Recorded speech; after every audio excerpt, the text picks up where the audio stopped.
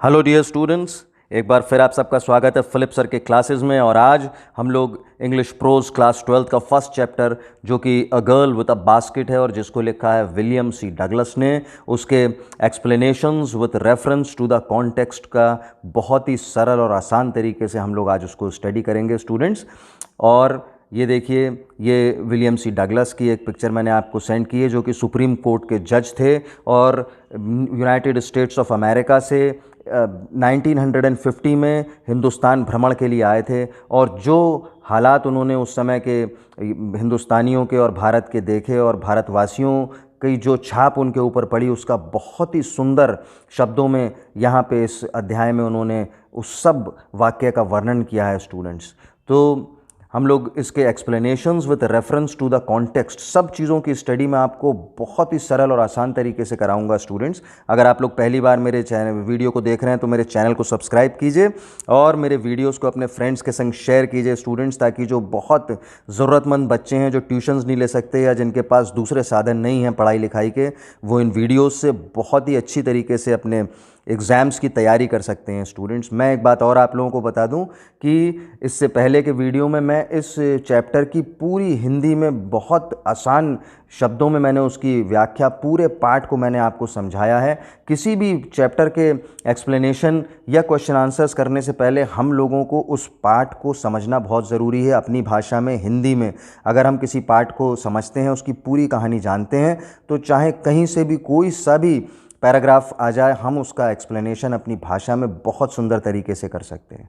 आइए स्टूडेंट्स, हम लोग सीधे इसके पहले पैराग्राफ की तरफ चलते हैं और उसको पढ़ते हैं। The platforms were packed with people, Sikhs, Muslims, Hindus, soldiers, merchants, priests, porters, beggars, hawkers.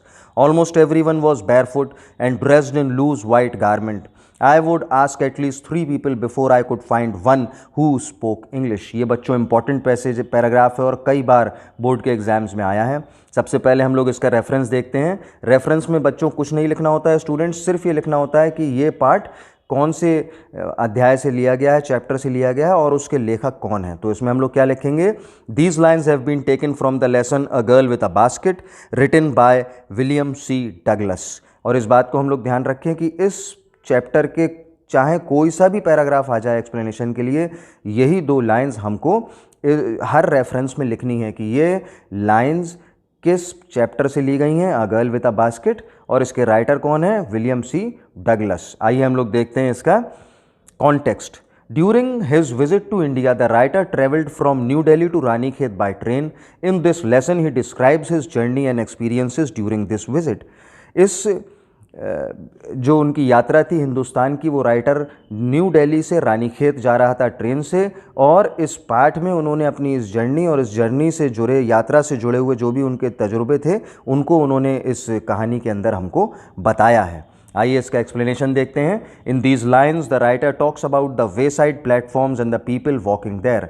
इन पंक्तियों में जो लेखक है वो प्लेटफॉर्म्स के दोनों तरफ क्या हालात थे और जो लोग वहाँ पे चहलकदमी कर रहे थे उनके विषय में बताया है। On the platforms there were people of all religions and professions, generally they were barefoot and wearing loose white garments. वो बताते हैं कि प्लेटफॉर्म्स पे सभी धर्मों और सभी व्यवसाय से जुड़े हुए लोग मौजूद थे और ज़्यादातर सभी लोग नंगे पैर थे और सफ़ेद रंग के ढीले ढाले वस्त्र पहने हुए थे।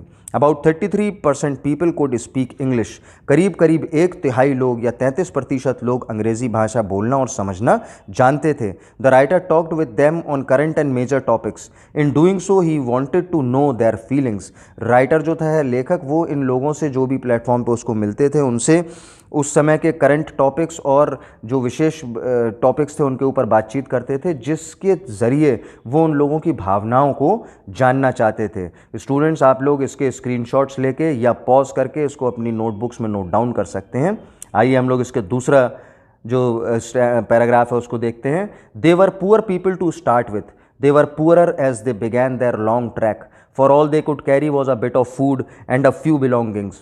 Soon they were out of food. A few days after they started, they began to fall by the wayside from the weakness of hunger and died where they fell. वो बताते हैं कि अब इसका कॉन्टेक्स्ट हम लोग देखते हैं। कॉन्टेक्स्ट में क्या है? रेफरेंस सेम रहेगा। कॉन्टेक्स्ट देखिए, the writer was travelling from new Delhi to Ranikhet. Writer New Delhi से रानीखेत जा रहा था। At every stop he alighted and walked with the people on current topics. हर स्टेशन पे वो नीचे उतरता था और जो लोग मौजूद होते थे उनसे करंट टॉपिक्स के ऊपर बातचीत करता था। But at one station he was surrounded by some children selling baskets, these were refugee children. लेकिन एक स्टेशन पे वो कुछ बच्चों के द्वारा उसको घेर लिया गया जो टोकरियां बेच रहे थे, और ये रेफ्यूजी बच्चे थे या शरणार्थियों के बच्चे थे। इसके एक्सप्लेनेशन को हम लोग देखते हैं। In these lines he is telling about these refugee children. इन पंक्तियों में जो लेखक है वो शरणार्थी बच्चों के बारे में बताता है। The parents of these refugee children had to come to India at the time of partition due to religious fanaticism. और ये जो बच्चे थे शरणार्थी, इनके माता पिता भारत और पाकिस्तान के बंटवारे के समय में धर्मांधता के डर से पाकिस्तान छोड़ के भारत आ गए थे। When they started their journey they were very poor and they had very little food and some other items। और जब उन्होंने अपनी यात्रा शुरू की तो वो लोग बहुत ज़्यादा गरीब थे और उनके पास बहुत थोड़ा सा खाना था और थोड़ी सी ही चीज़ें उनके पास थीं। But their journey was very long and soon their food was exhausted। लेकिन उनकी यात्रा बहुत लंबी थी और बहुत जल्दी ही उनके पास खाने पीने का सामग्री समाप्त हो गई। Now they were hungry and became very weak. अब वो लोग भूखे थे, प्यासे थे और बहुत ज़्यादा कमज़ोर हो चुके थे। Due to weakness they fell on the way side and died. और इसी कमज़ोरी की वजह से वो सड़क किनारे भुखमरी की वजह से गिरते जाते थे और जहाँ गिरते थे वहीं पे उनकी मृत्यु हो जाती थी। स्टूडेंट्स आइए हम लोग इसका तीसरा पैराग्राफ देखते हैं। $100 a year is not $2 a week। Yet even that small amount is hard to earn by selling baskets to people too poor to buy them. That no doubt is the reason these little children descended on me like locusts. I, an American, was doubtless the most promising market they had seen। Context इसका देखते हैं। On a platform the writer was surrounded by children selling baskets. These were the sons and daughters of refugees who had come to India from Pakistan at the time of partition. They were very poor and earned some money by selling simple articles made by their own hands.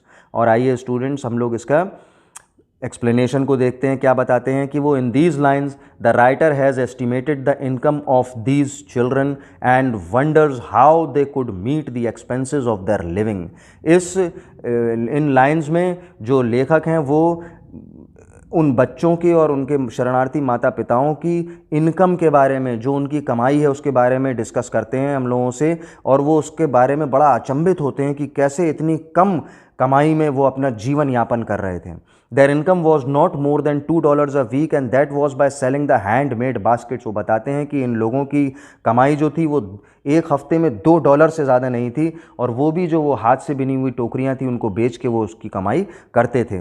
The buyers of these baskets were also poor people living there. और जो उसके ख़रीदार थे वो भी बहुत ज़्यादा गरीब लोग थे जो वहीं उनके संगी रहते थे।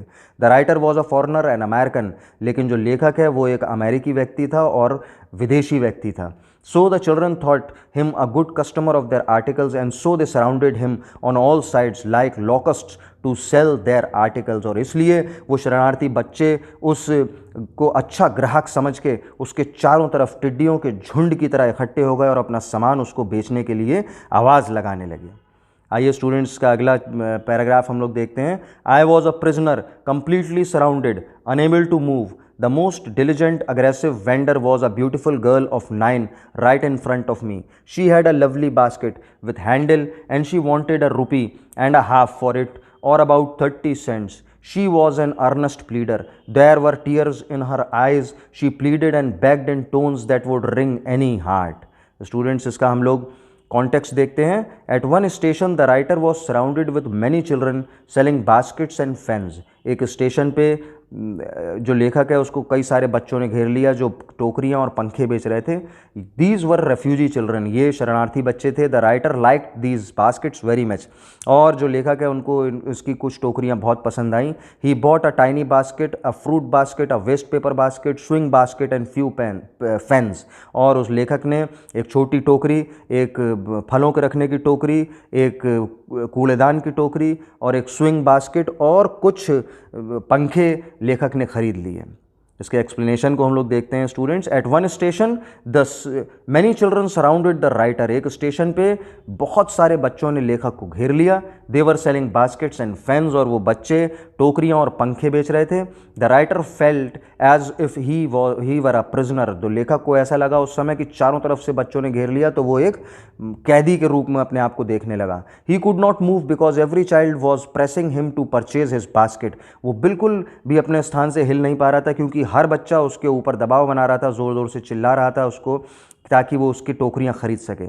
Among these children there was a beautiful girl of 9 years. और इन्हीं बच्चों के बीच में एक 9 साल की छोटी खूबसूरत लड़की थी। She had a beautiful basket and demanded ₹1.50 for it. और उसके हाथ में एक बहुत सुंदर बास्केट थी जिसके लिए वो ₹1.50 की मांग उससे कर रही थी। She was very sincere but looked very miserable. वो बहुत ही अच्छी दिखाई दे रही थी, बहुत सिंसियरली अपना सामान बेच रही थी, लेकिन उसकी हालात जो थे वो देखने में अच्छी नहीं दिख रही थी। Everybody would have felt pity on her. और जो भी उसको देखता उसके ऊपर दया निसंदेह उसको आ जाती। इसका लास्ट बच्चों ये पैराग्राफ है, बहुत इंपॉर्टेंट है, जो बहुत बार बोर्ड के एग्जाम्स में आया है। इसको बहुत ध्यानपूर्वक आप लोग पढ़िएगा स्टूडेंट्स। इसको हम लोग पढ़ते हैं। क्या लिखा है इसमें? The people are saw in India, those in the village as well as those in high office have both pride and lively sense of decency and citizenship. They also have a passion for independence. This beautiful child, born in squalor and poverty, uneducated in both grammar and manners, had given me a glimpse of the warm soul of India. इसका context देखते हैं हम लोग। Some small children at a station were selling baskets and fans. कुछ छोटे बच्चे थे जो स्टेशन पे पंखे और टोकरियां बेच रहे थे। The writer bought some baskets from them. लेखक ने उनसे कुछ टोकरियां खरीद ली। Now he needed no more baskets. और अब उसे किसी भी अन्य टोकरी की ज़रूरत नहीं थी। At the same time a 9 year old girl pressed him to buy her basket also. और इसी समय एक 9 साल की छोटी लड़की थी जो उसके ऊपर दबाव बनाने लगी कि उसकी भी टोकरी वो लेखक खरीद ले। But the writer gave her 15 cents as gratuity. लेकिन लेखक को क्योंकि ज़रूरत नहीं थी इसलिए उसने 15 सेंट्स उसको उपहार स्वरूप दे दिए बिना टोकरी खरीदे। That girl returned it to the writer. और उस लड़की ने वो पैसे लेखक को वापस कर दिए। The writer was very much impressed by her grace and dignity. और इसलिए लेखक उस लड़की के जो भावनाएं थी जो उसने दिखाई थी, अपना गर्व उसको दिखाया था और शान दिखाई थी उसको, उससे बहुत ज़्यादा प्रभावित हुआ था। आइए स्टूडेंट्स इसके हम लोग एक्सप्लेनेशन को देखते हैं। In these lines the writer sums up his views about Indians. इन आखिरी पैराग्राफ में लाइन्स में जो लेखक है वो अपने जो उसके विचार हैं हिंदुस्तानियों के प्रति, भारतीय व्यक्तियों के प्रति, उनको वो दर्शाता है। The writer noted that Indians had a high sense of self respect, dignity and citizenship. वो बताता है कि जो भारतीय लोग थे उनके अंदर गर्व, सद्व्यवहार और नागरिकता की बहुत ही जीवंत भावना दिखाई देती थी। They were sincere, honest and hard working. वो बहुत ही ज़्यादा ईमानदार और सच्चे थे और बहुत मेहनत और लगन से काम करने वाले थे। He found these qualities in the people of rural as well as urban areas. और उसने ये जो क्वालिटीज़ थी, जो गुण थे, वो चाहे वो भारतीय व्यक्ति गरीब हों या अमीर हों, चाहे गांव में रहते हों या शहर में रहते हों, सब के अंदर उसने इन भावनाओं को देखा। The Indians were very anxious for their independence also. और जो भारतीय व्यक्ति थे वो अपनी आज़ादी को लेके भी बहुत ज़्यादा तीव्र भावना रखते थे। Even the poor people were honest. और चाहे कितने भी गरीब से गरीब भारतीय था वो भी सच्चा और ईमानदार था। They earned money only by working hard. और वो सिर्फ ईमानदारी के साथ पैसा कमाना चाहते थे। The little girl was the symbol of all these things. और वो जो छोटी सुंदर 9 साल की लड़की थी जिसने उनको भारत की जीवंत आत्मा की झलक दिखाई थी, वो इन सब का एक प्रतीक थी। तो स्टूडेंट्स, मैं समझता हूँ कि आपको इस चैप्टर के एक्सप्लेनेशंस, रेफरेंस, कॉन्टेक्स्ट बहुत अच्छी तरह समझ में आया होगा। बच्चों, इसको बहुत ध्यानपूर्वक पढ़िए और आप आगे अपने फ्रेंड्स के संग इसको शेयर कीजिए ताकि बहुत सारे स्टूडेंट्स मेरे इन वीडियोस से फ़ायदा उठा सकें। Thank you student.